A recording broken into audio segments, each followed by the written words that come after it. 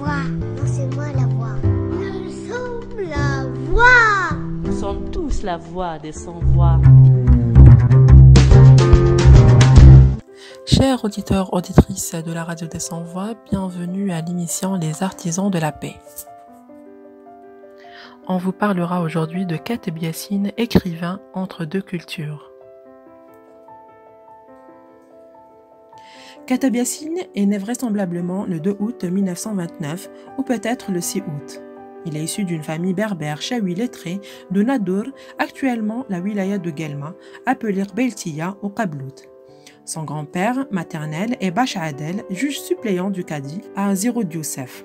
Son père, avocat, et la famille le suivent dans ses successives mutations.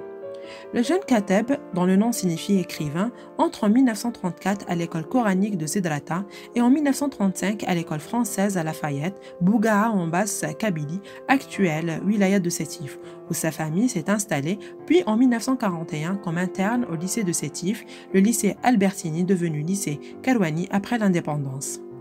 Kateb se retrouve en classe de 3e quand éclatent les manifestations du 8 mai 1945 auxquelles il participe et qui s'achèvent sur le massacre de milliers d'Algériens par la police et l'armée française. 3 jours plus tard, il est arrêté et détenu durant 2 mois. Il est définitivement acquis à la cause nationale tandis qu'il voit sa mère devenue folle. Exclu du lycée, traversant une période d'abattement plongé dans Bandelaire et l'Autréamont, son père l'envoie au lycée de Bonn à Annaba. Il rencontre Najma, cousine déjà mariée, avec qui il vit peut-être 8 mois, confie-t-il, et il publie en 1946 son premier recueil de poèmes.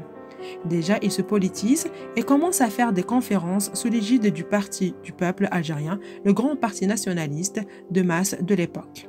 En 1947, Kateb arrive à Paris, dans la gueule du loup, et prononce en mai, à la salle des sociétés savantes, une conférence sur l'émir Abdelkader, adhère au Parti communiste algérien.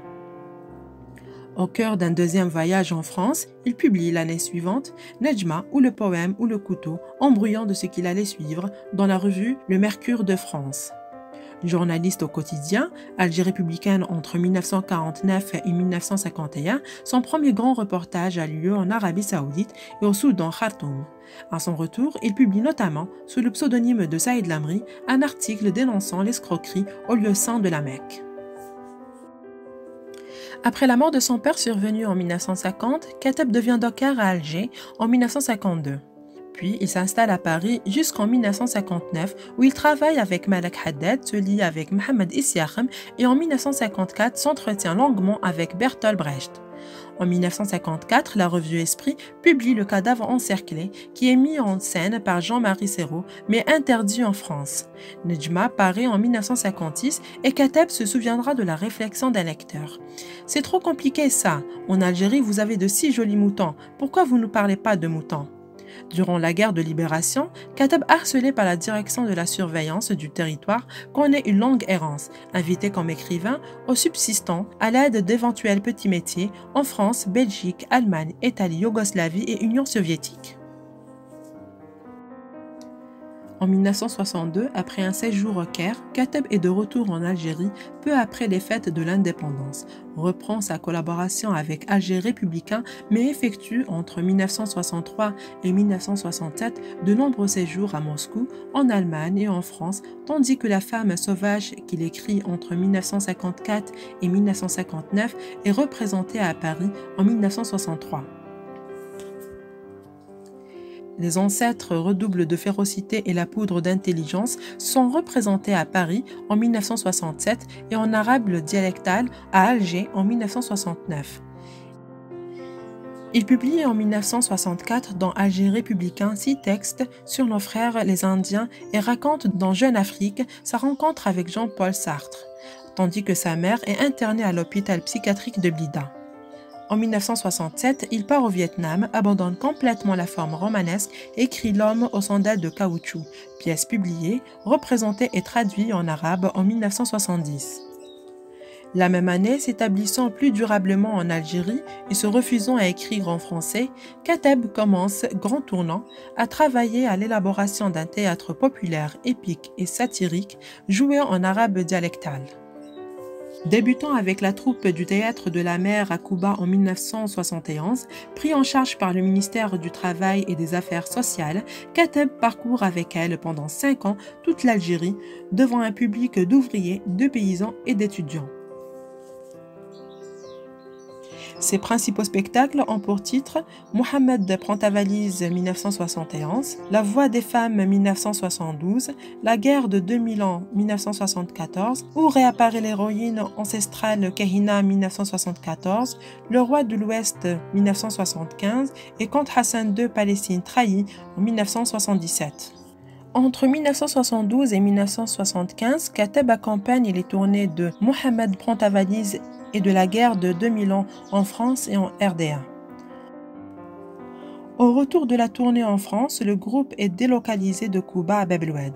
Kateb est par la suite exilé en 1978 par le pouvoir algérien à Sidi Bel Abbas pour diriger le théâtre régional de la ville.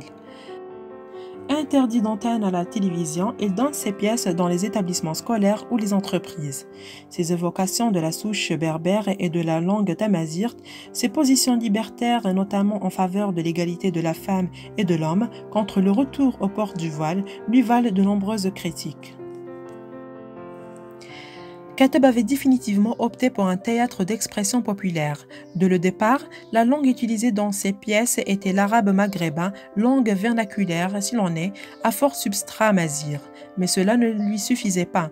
Il rêvait de pouvoir faire jouer ses pièces en tamazight dans les régions amazirophones. C'est ce qu'il expliqua à Mustapha Ben Khamou, qu'il avait fait contacter par Ben Mohamed, le parolier du chanteur Iddir notamment, pour donner des cours de langue amazigh aux éléments de la troupe théâtrale. Aussitôt dit, aussitôt fait, l'international fut bientôt étonné en darija et en tamazight au début de chaque représentation. En 1986, Kateb livre un extrait d'une pièce sur Nelson Mandela et reçoit en 1987 en France le Grand Prix national des lettres. En 1988, le Festival d'Avignon crée le Bourgeois sans culotte où le spectre du parc morceau écrit à la demande du Centre culturel d'Arras pour le bicentenaire de la Révolution française sur Robespierre. Kateb s'installe à Verchnidrome et fait un voyage aux États-Unis, mais continue à faire des fréquents séjours en Algérie. Sa mort laisse inachevée une œuvre sur les émeutes algériennes d'octobre 1988. En 2003, son œuvre est inscrite au programme de la Comédie Française. Instruit dans la langue du colonisateur, Kateb considérait la langue française comme le butin de guerre des Algériens. La francophonie est une machine politique néocoloniale qui ne fait que perpétuer notre aliénation, mais l'usage de la langue française ne signifie pas qu'on soit l'agent d'une puissance étrangère, et j'écris en français pour dire aux Français que je ne suis pas français, déclarait-il en 1966. Devenu trilingue, Kateb a également écrit et supervisé la traduction de ses textes en berbère. Son œuvre traduit la quête d'identité d'un pays aux multiples cultures et les aspirations d'un peuple. Il meurt le 28 octobre en 1989 à Grenoble, à l'âge de 60 ans d'une leucémie, le même jour que son cousin Mustapha Kateb. Il est enterré au cimetière d'El Alia à Alger. C'est la fin de notre émission, merci de nous avoir écoutés et je vous dis à bientôt pour un autre numéro.